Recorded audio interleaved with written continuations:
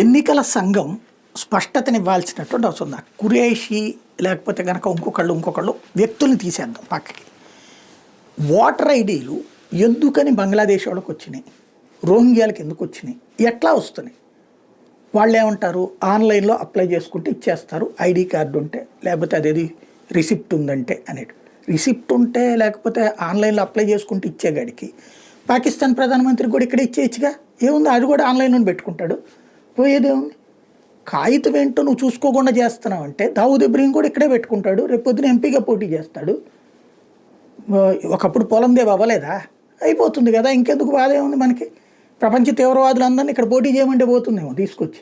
First ఏం చేయాలా, నువ్వు అప్లై చేసిన వాళ్ళకి ఆ ఏరియాలో ఓటర్గా ఉన్నారా లేదా, వాళ్ళు పెట్టిన కాగితం నిజమా కాదా అన్నది వెరిఫై చేయకుండా నువ్వు ఇచ్చేసేగాడికి ఇంకెందుకు ఎన్నికల సంఘం అనేటటువంటిది. అడుక్కు తిన్నా ఎన్నికల సంఘం ఇచ్చినటువంటి ఐడి కార్డు తీసుకుంటే ఆధార్ కార్డు వచ్చేస్తాయి.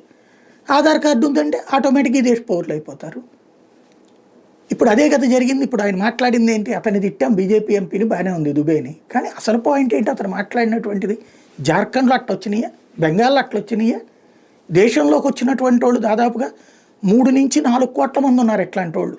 మహారాష్ట్రలో కావచ్చు, ఈశాన్య రాష్ట్రాలు కావచ్చు. వాళ్ళని కంట్రోల్ చేయలేనప్పుడు నువ్వు ఒక రాజ్యాంగబద్ధ వ్యవస్థవే, రాజ్యాంగబద్ధ వ్యవస్థే ఇలాగ రాజకీయ తరహాలో వ్యవహరిస్తే ఇంకెక్కడ సేఫ్టీ ఉంటుంది?